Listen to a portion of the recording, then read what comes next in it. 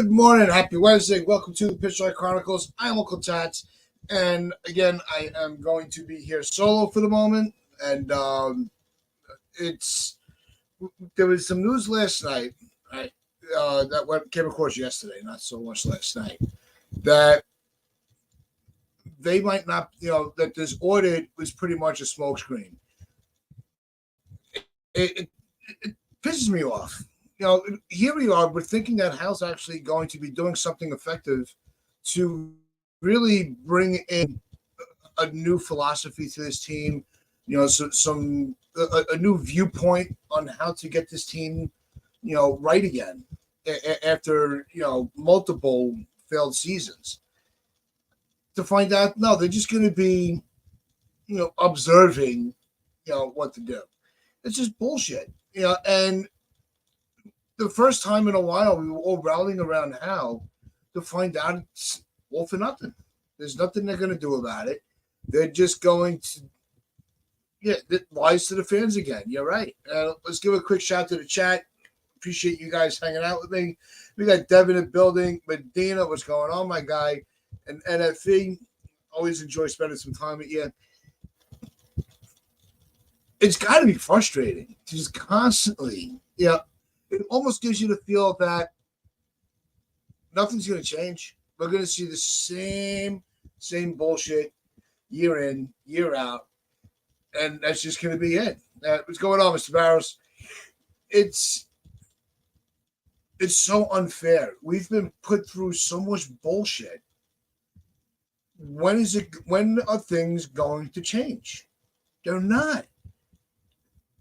We need to, they got to start being a lot. I didn't want to say a little. They got to be a lot more transparent about what this organization's goals are. Is it just to be relevant, which is completely unacceptable? What's going on, Steven?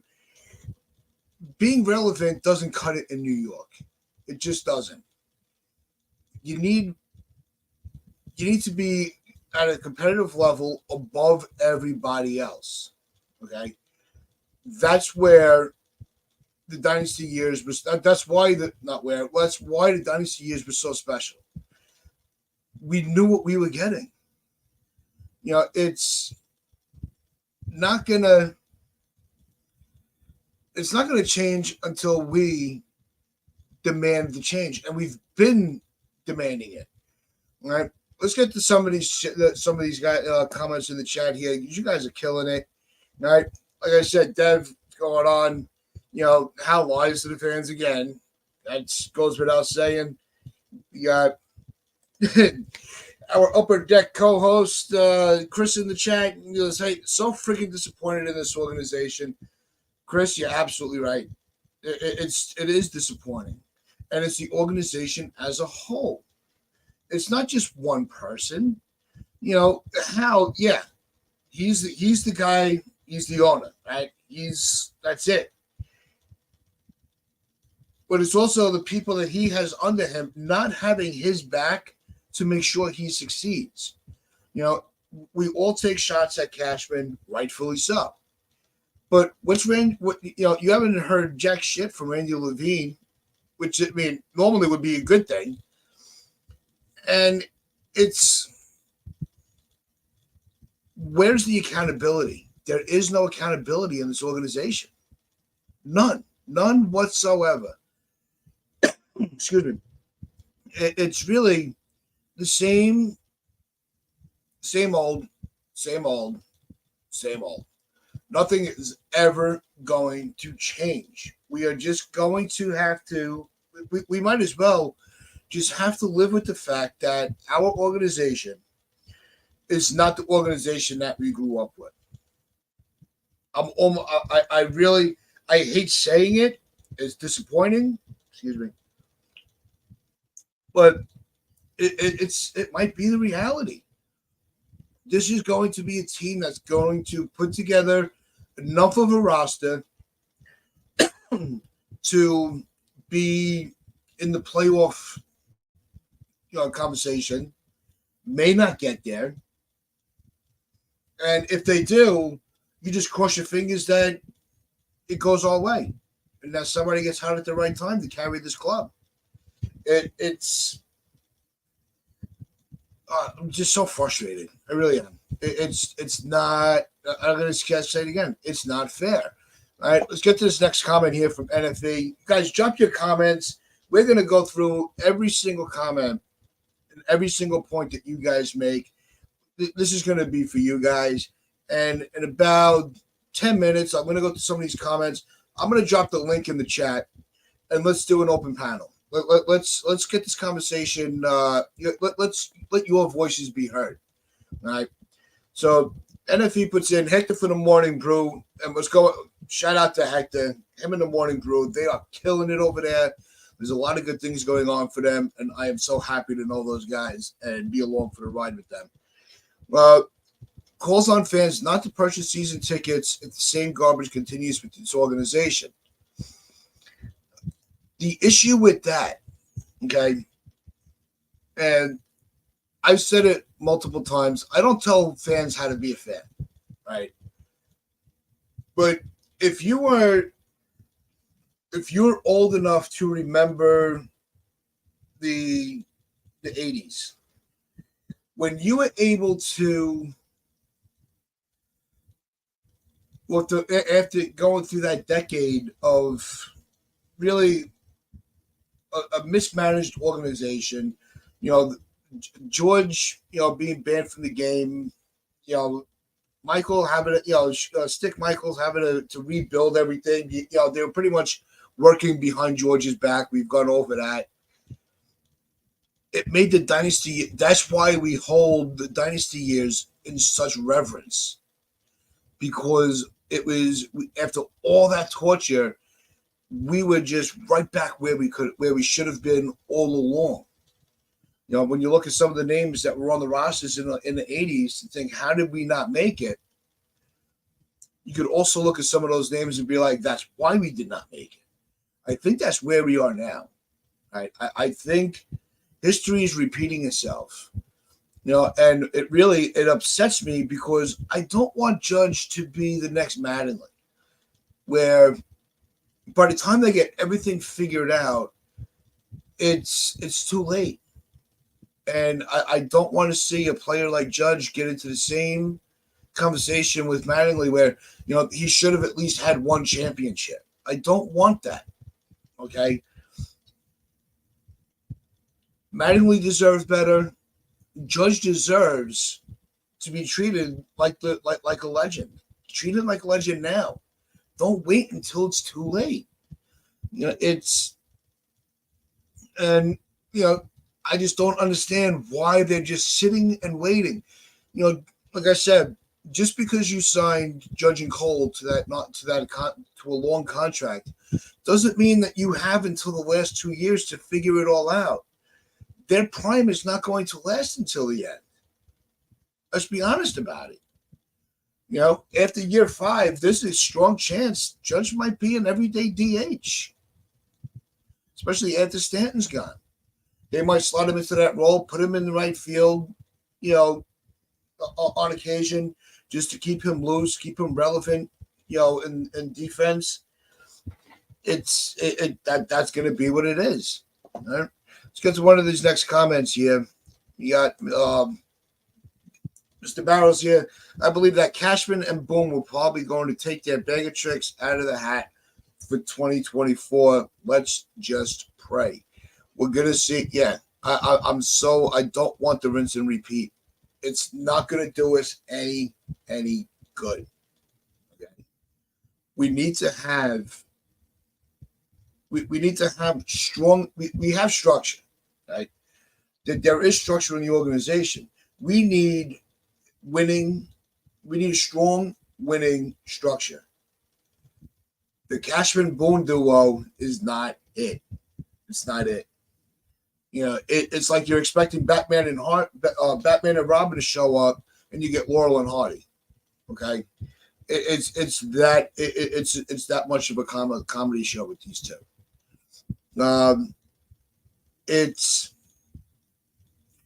There's so much. It really is. All right, let's get to one more comment here. Let's see, where are we gonna go? Let's go. Stephen B's got this comment. I still have the opinion that Hal doesn't want to win and owns the Yankees and forced of because unfortunate circumstances. I don't think, and we've gone through this, Stephen, on the channel throughout the season, throughout our existence. It's believed by some. I can buy into it a little bit. Okay. Hal had no intentions of ever running this organization. Okay. The organization was supposed to be left to Hank. Unfortunately, due to health issues, Hank wasn't able to fulfill his father's legacy, and it got left on Hal's doorstep where Hal's like, I don't know what to do.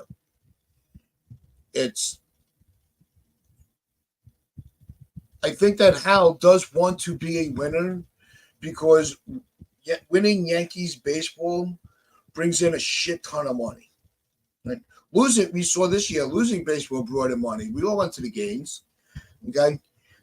And to go back a little bit, I kind of skirted through one of the comment about with Hector saying don't buy the season ticket. I mean, I'll still be at the games next year. Okay. I want to see the light at the end of the tunnel. I want to see the pot of gold at the end of the rainbow.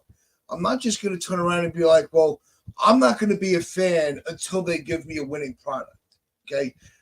It's for me personally, I can't just flip that switch and say, I'm not going to be a fan anymore.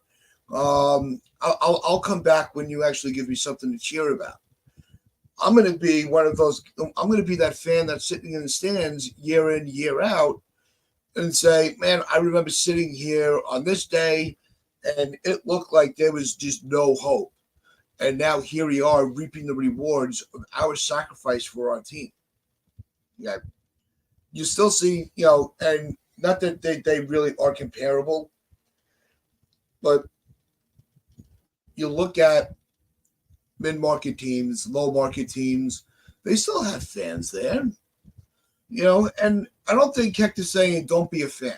All right, let's not twist that. All right, we all know what we're talking about. Feeding them that money, because it's not only we're not sending a message to the owners that if we don't go, they're getting it. The game money, the game day money that the Yankees make is only a percentage of the whole operation. Right?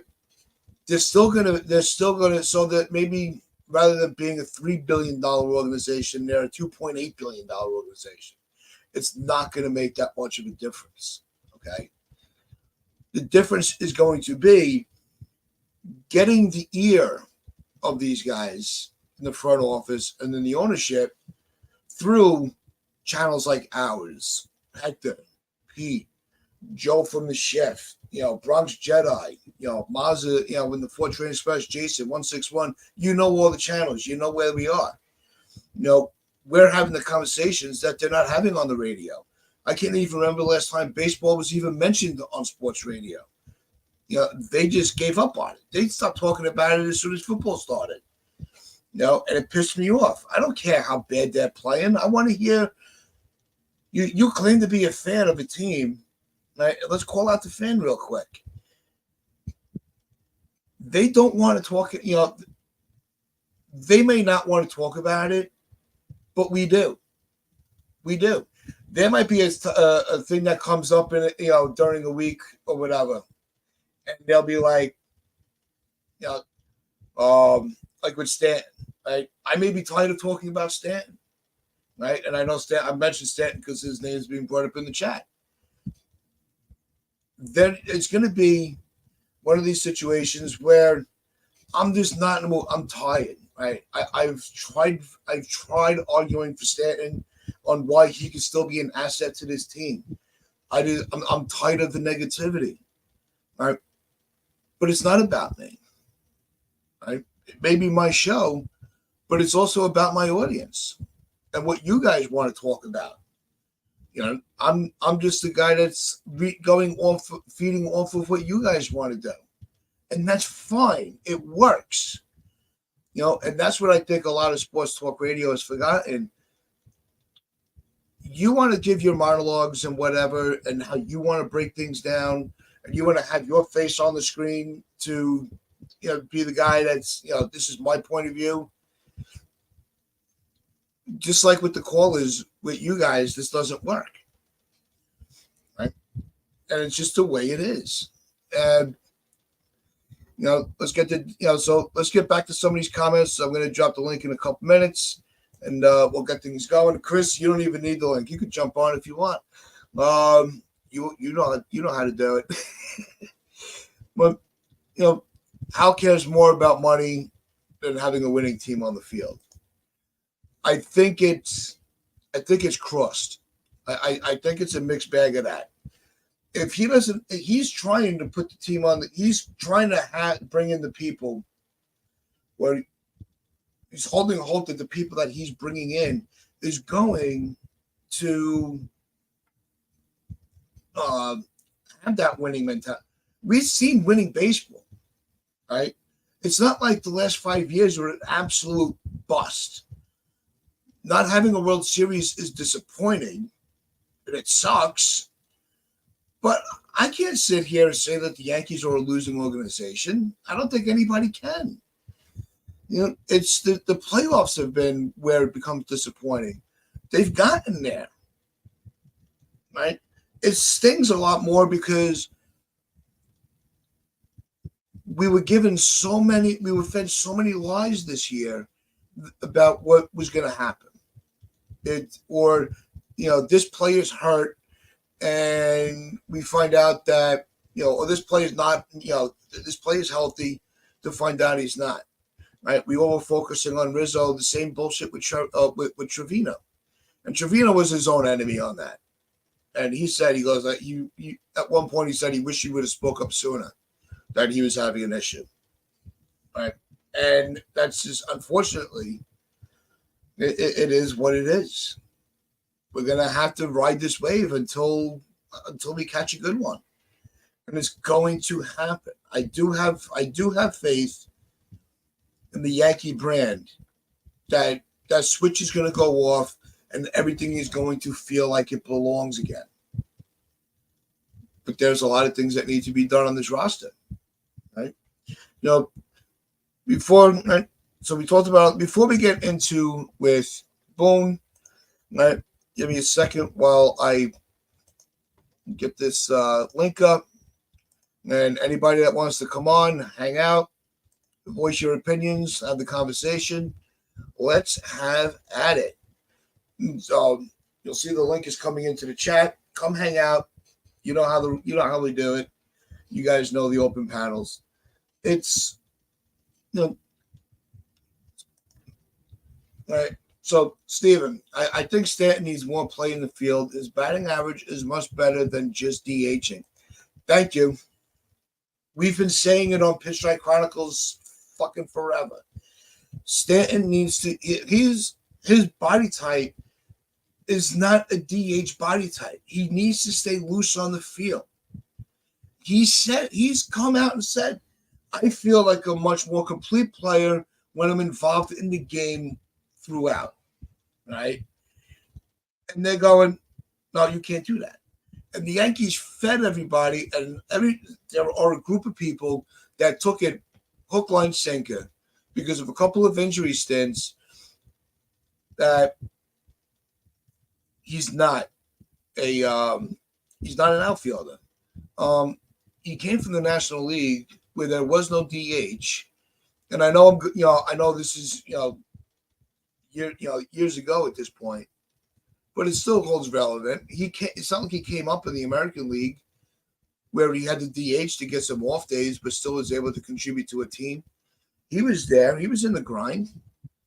He was playing the field, and he was fine. His body type is going to lead to injury. I don't think there's anybody's trying to argue that point, right? Are we expecting him? Why are we expecting him to run the bases like Ricky Henderson? He's not a fast guy. He's not going to have, he might not have the best range in the outfield, but he's been smart enough but unless it's a bullet line drive into a gap, if you want, he keeps the ball in front of him a lot. Right? Remember that in the league, just keep the ball in front of you. That's what he does. He plays within his ability to stay healthy, and then we all bitch at him. Why aren't you running 100 miles an hour like a gazelle down the line?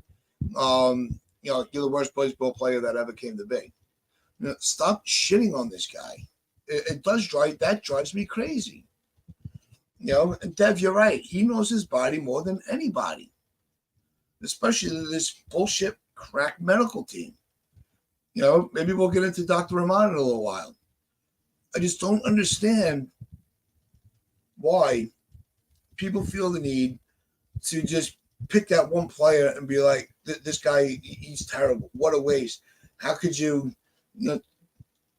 Hector pointed it out on his show yesterday. He asked the question into the chat.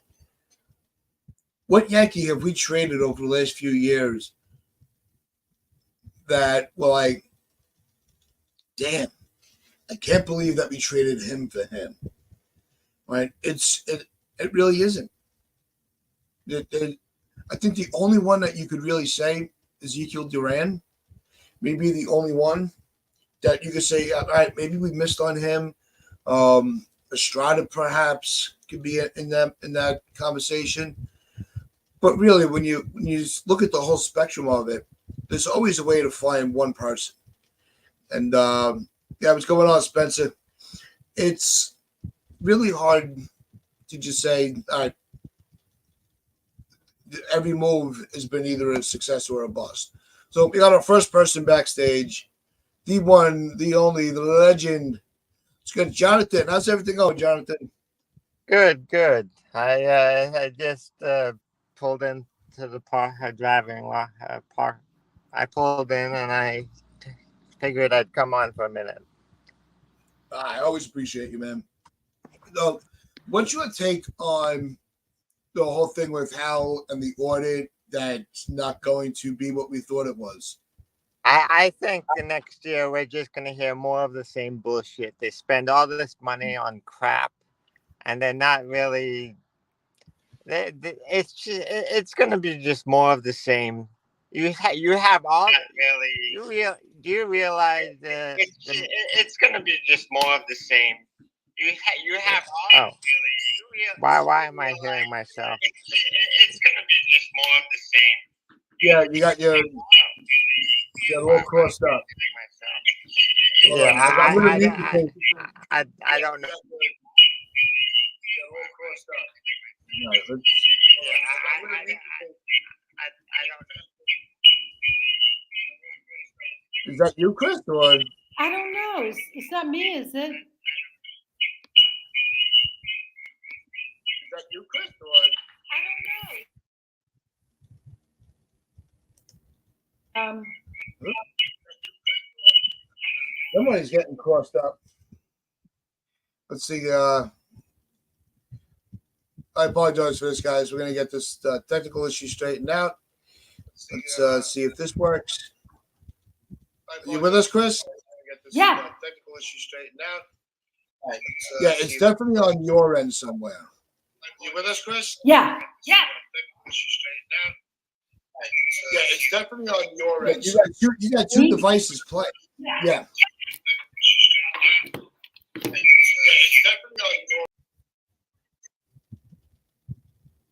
All right, we're gonna figure that all out.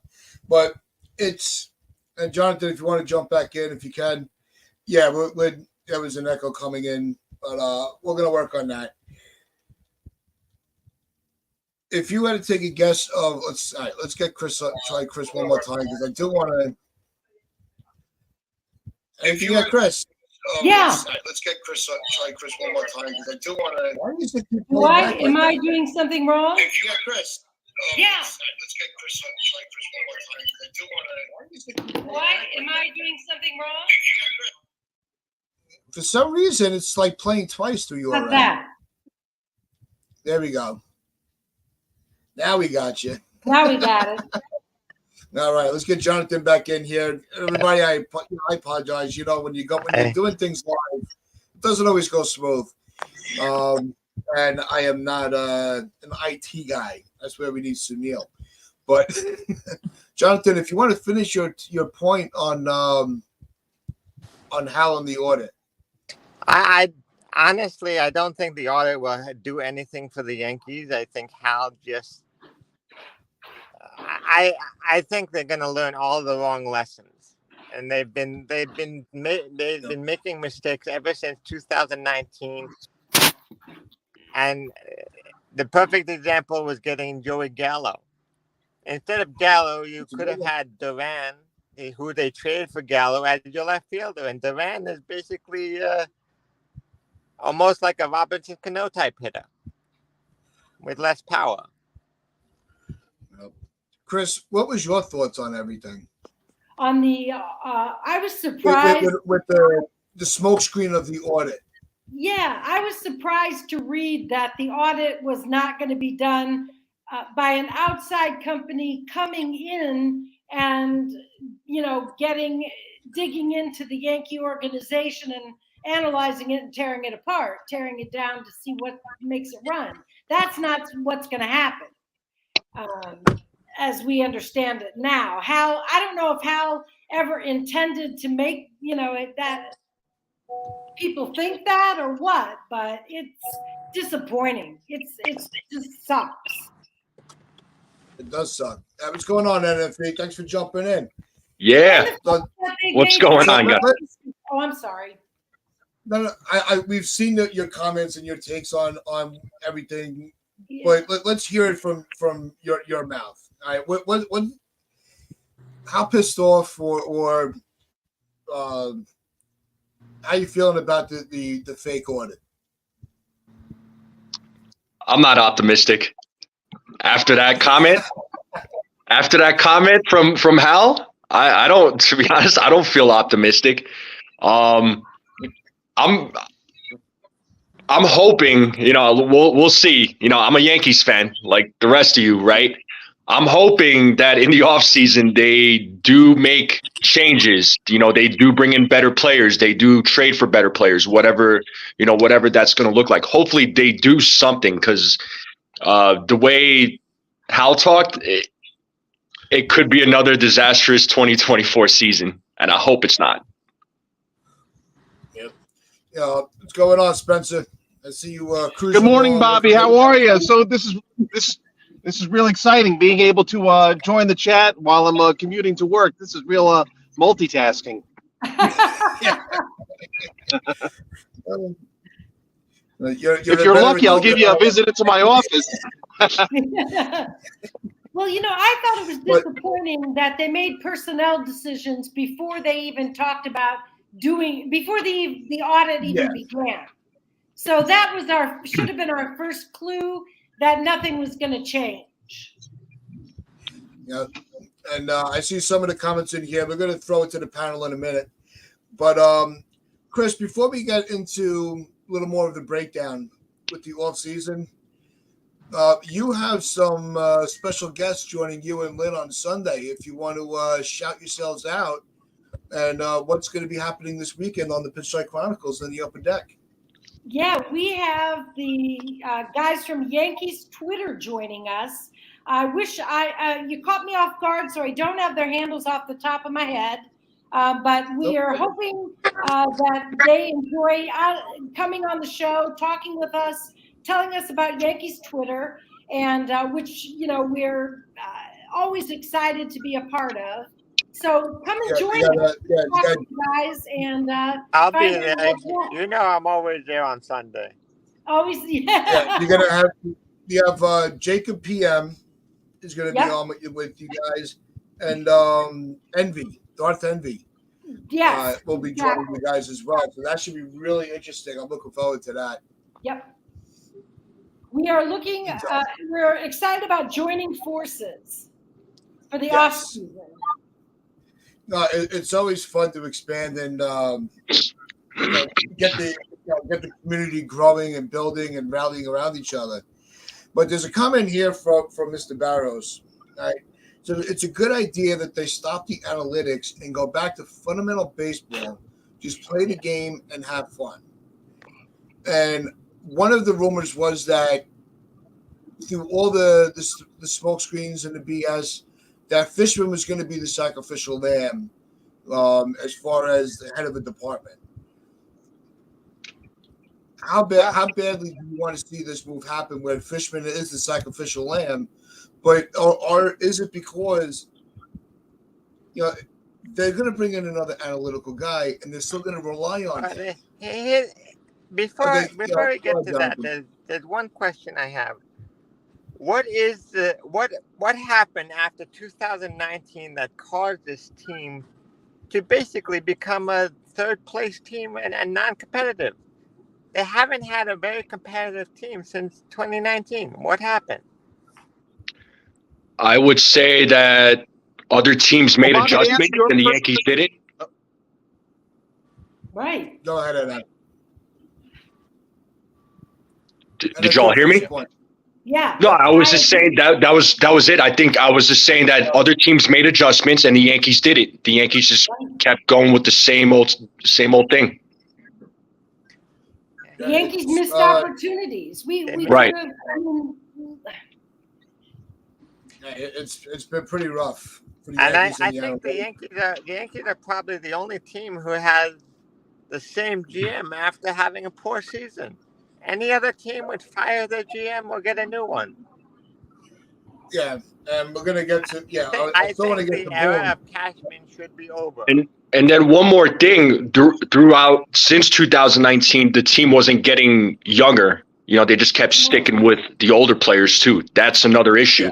Where again, the other teams were sticking with the youth. They were getting younger, more athletic, healthy. Those three things matter on a team, and the Yankees were not doing that. Hence the reason, this year they had a bunch of injuries. So,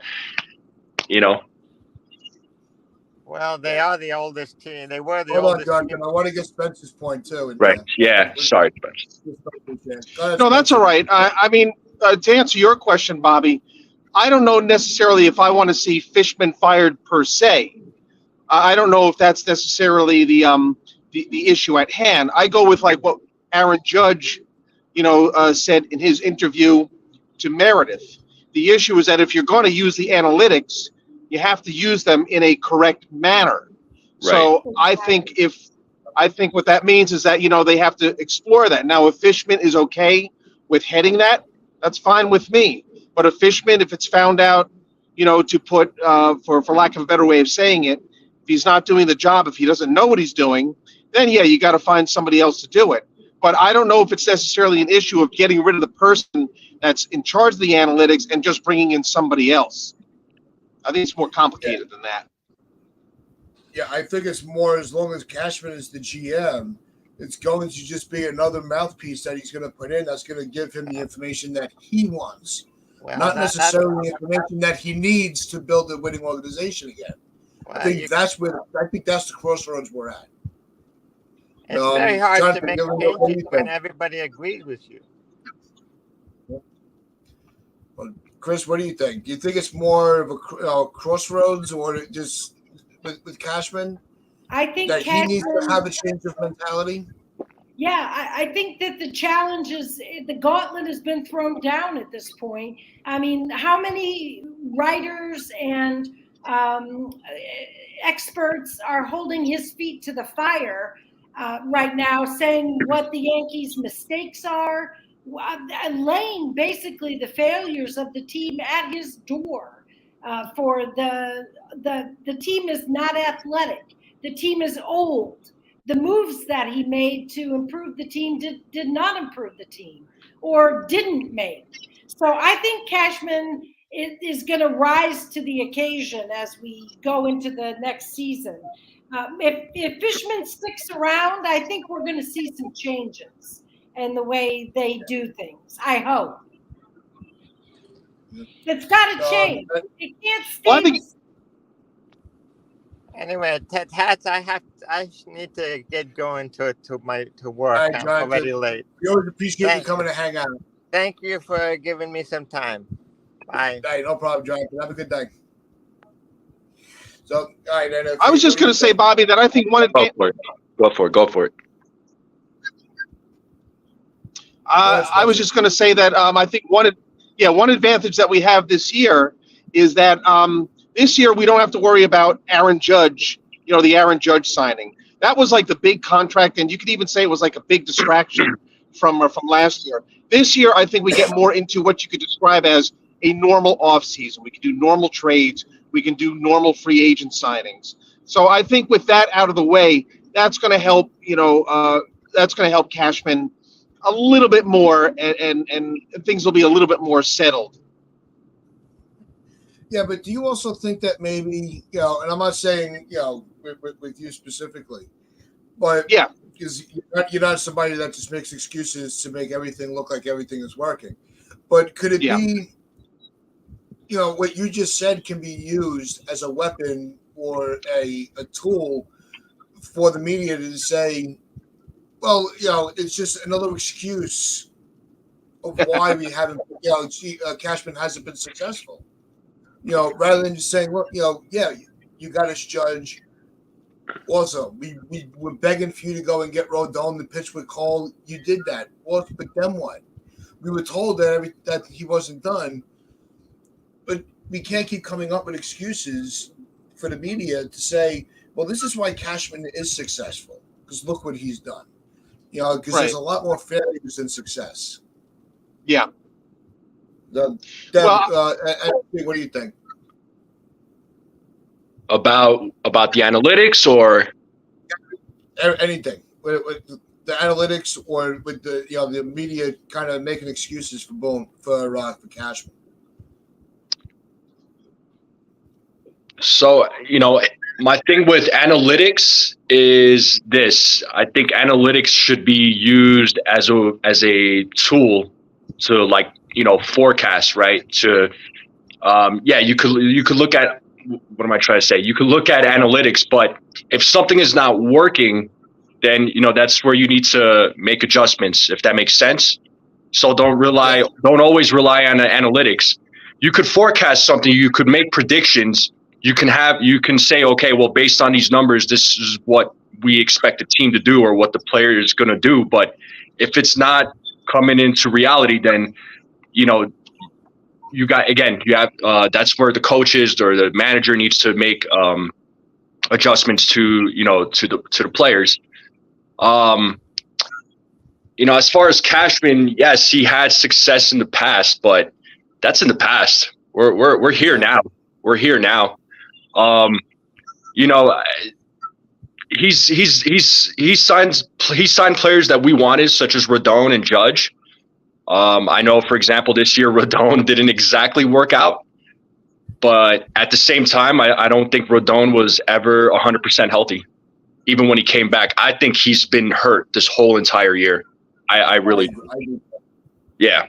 I completely agree with that. I completely agree. I think even if he wasn't hurt, he was out of sorts. Probably came back a little bit too early.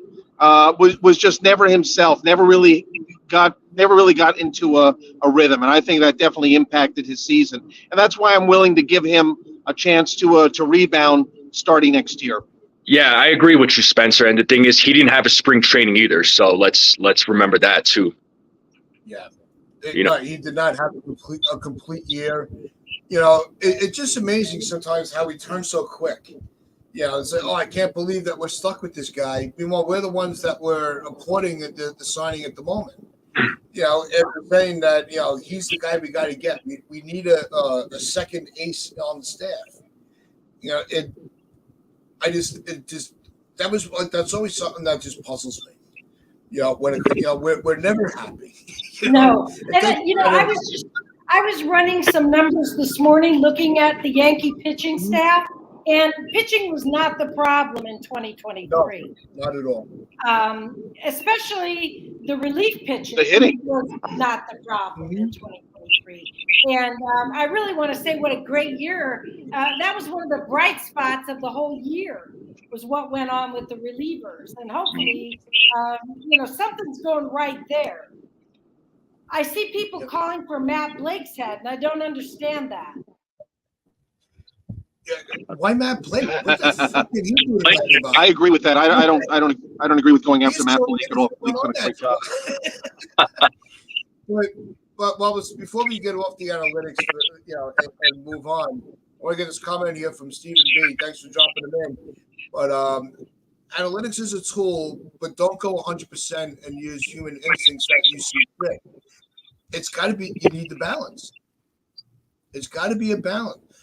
You don't show up to build a house with just a hammer.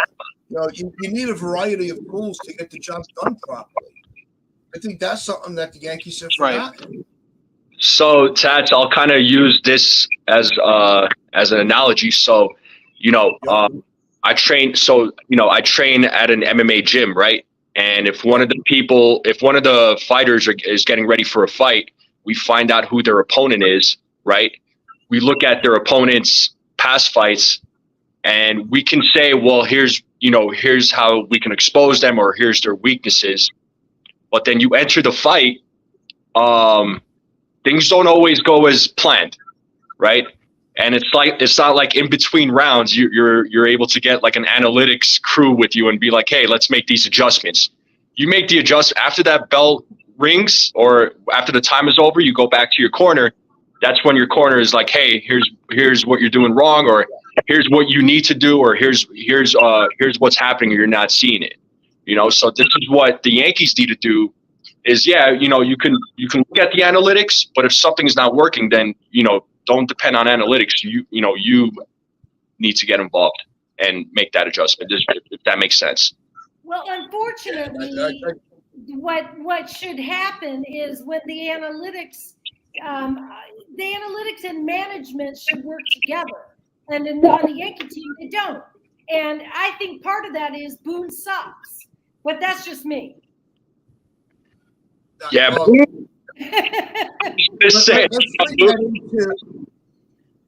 So let's swing that into Boone. Right? And we'll use this as the final, as the closing topic here. And if you haven't already, hit that like button, share this out, give everybody a little bit of love, and let's keep this community going. And with Boone, we all knew he was coming back. I don't think any of us were like, I can't believe they're bringing him back another year. He's on the contract. I think what shocked us is it was announced before the news dropped about the fake audit, that it wasn't what we expected it to be. So did anybody really think that Boone was going to? I said it, and I'll stand by it. When we had that first half last year where we killed it, that was Boone being allowed to manage on his own. Because I don't think there was a lot of interference. Because if you go through the track record, every time Cashman feels like he has to get his hands in, that's when things go off the rails. Where Cashman's like, wow, this is actually working. He tried to go and play with the toys with everybody, and it broke. If Cashman could just stay as the GM and just let Boone manage the way that he wants, I think he can be he could be a successful manager. Yeah. He's not going to be successful under this organization the way it's run. You think that's a fair statement?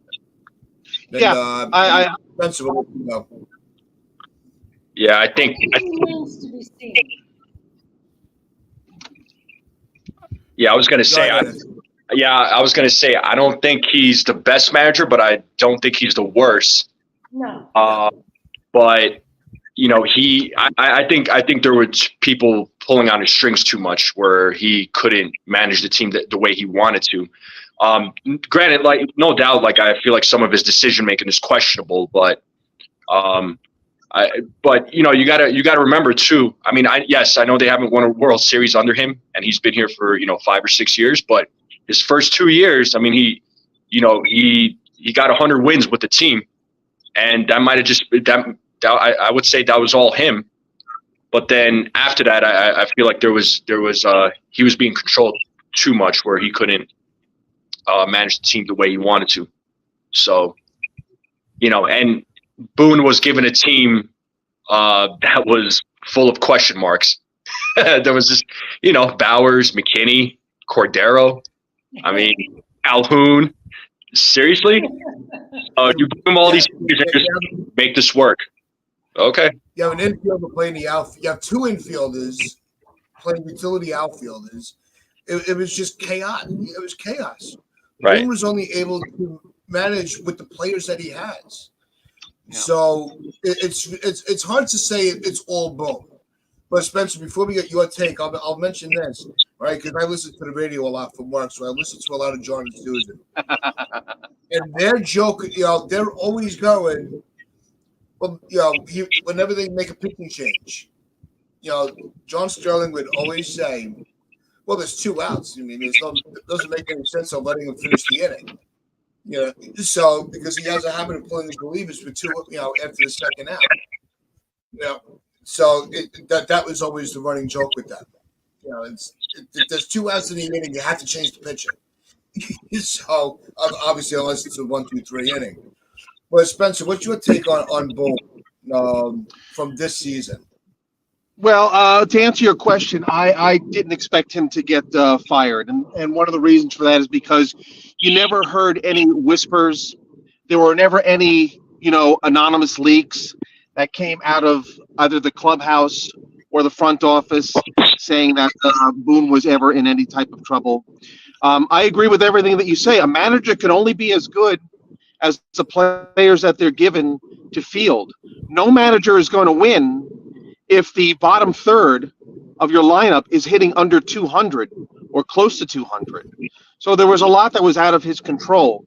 I still give him some credit, like we saw how good of a manager he could be from the first half of 2022 when the Yankees had were 20 games above 500 before July. So I do think that he has the ability.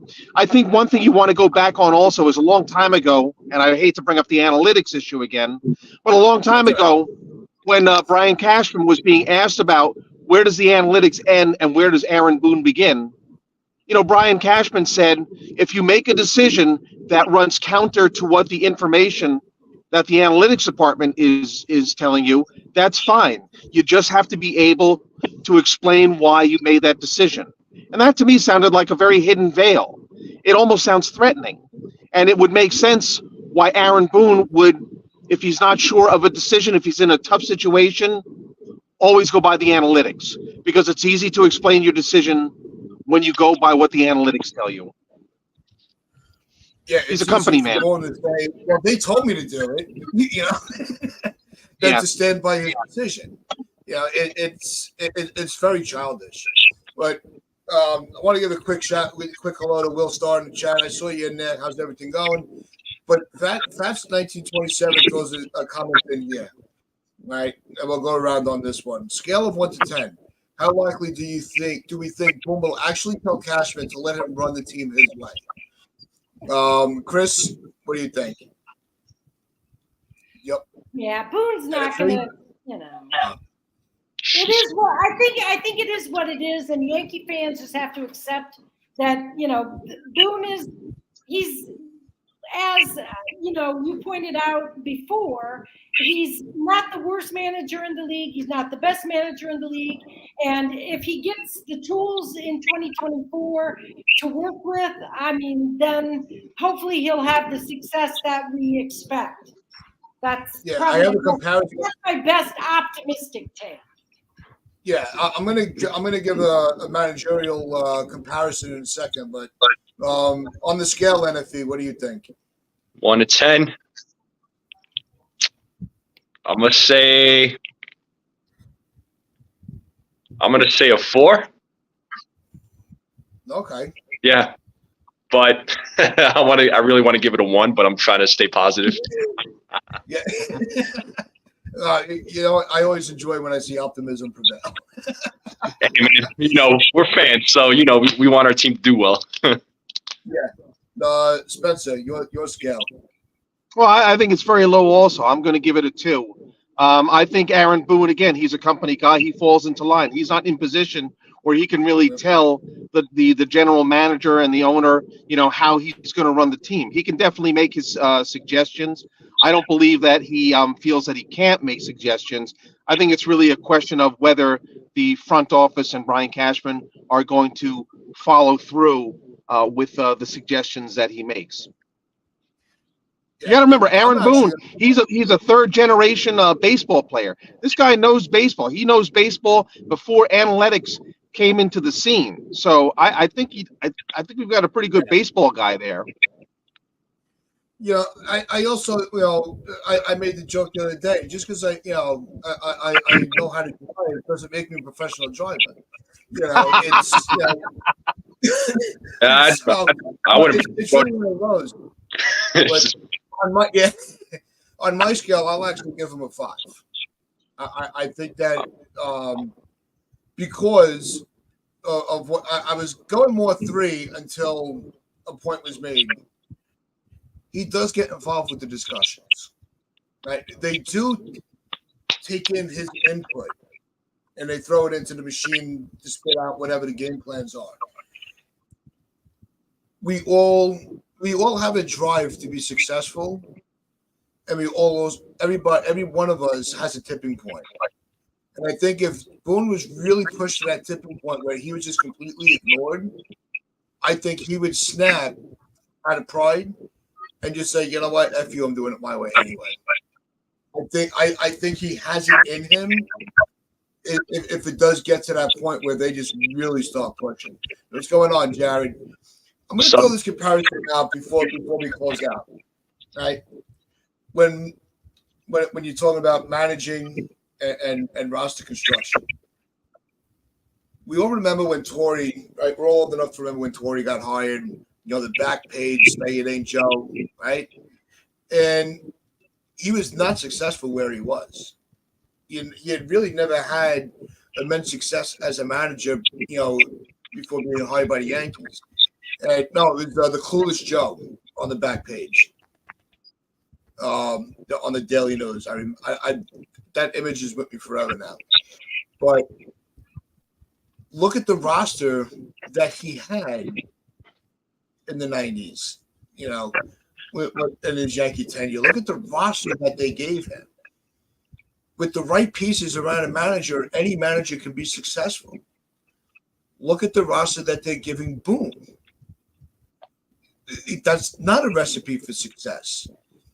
So is it, which always makes it trickle down to the GM is the central nervous system of the organization. It can, you can't always just push the blame on the guy that's got to talk in front of the mic after every game. It's the people behind the scenes that have to be the most accountable. You guys agree with that comparison about the roster, the manager, and the GM? To add to it, Bobby, look at the team that he had in 2005. Look at the team that he had in 2007 when they lost to Cleveland in the division series. It was a far change, from the teams that he had when he first came in. So, yeah, I agree with that. A manager can only be as good as the team that he's given to field. And I think. No, that is a good comparison because you look at Boone and the team that he has around him, and compare that to Torrey. Torrey had a dream team, he had a dream team compared to Boone. Boone doesn't have that. Boone only has Cole and Judge. He only has 2 players where Torrey had, he had Jeter, he had Bernie Williams, Paul O'Neill, Tino Martinez, Mariano, David Wells, David Cohn. I mean, I could keep going, but you see where I'm going with this. He had an all-star team, and I feel like the Yankees this offseason need to get again, good quality players that are going to bring something to the table. I don't mean to go off topic, but I know everybody is asking for Juan Soto. As exciting as that may be, I just don't think we're one player away from being contenders again. And I was going to say, I couldn't hear Chris. I think she's muted herself, but. Yeah, no, I agree with you. Yeah. No, but can't we also agree? And I'll let you finish this. That Soto at least is a good starting point. Right. Yeah, same thing. If we only bring it, if we go for Yamamoto first, Yeah. I mean, somebody could always throw the argument out. Well, why are we worrying about pitching when our offense sucks? There's always going to be that negative, asshole in the room that's going to try to throw shade on anything that the Yankees do first. So it's they are going to make Soto or Yamamoto or their first two moves. That's a good way to start the offseason. Yeah. Oh, definitely. And Yamamoto is going to be a top priority for the Yankees. They made that clear. And my prediction still stands: $200 million for 8 years. And there was somebody on I want to say Twitter. They predicted 8 years for 215. So, it's not bad. Yeah, I'm off by 15 million, but we'll see.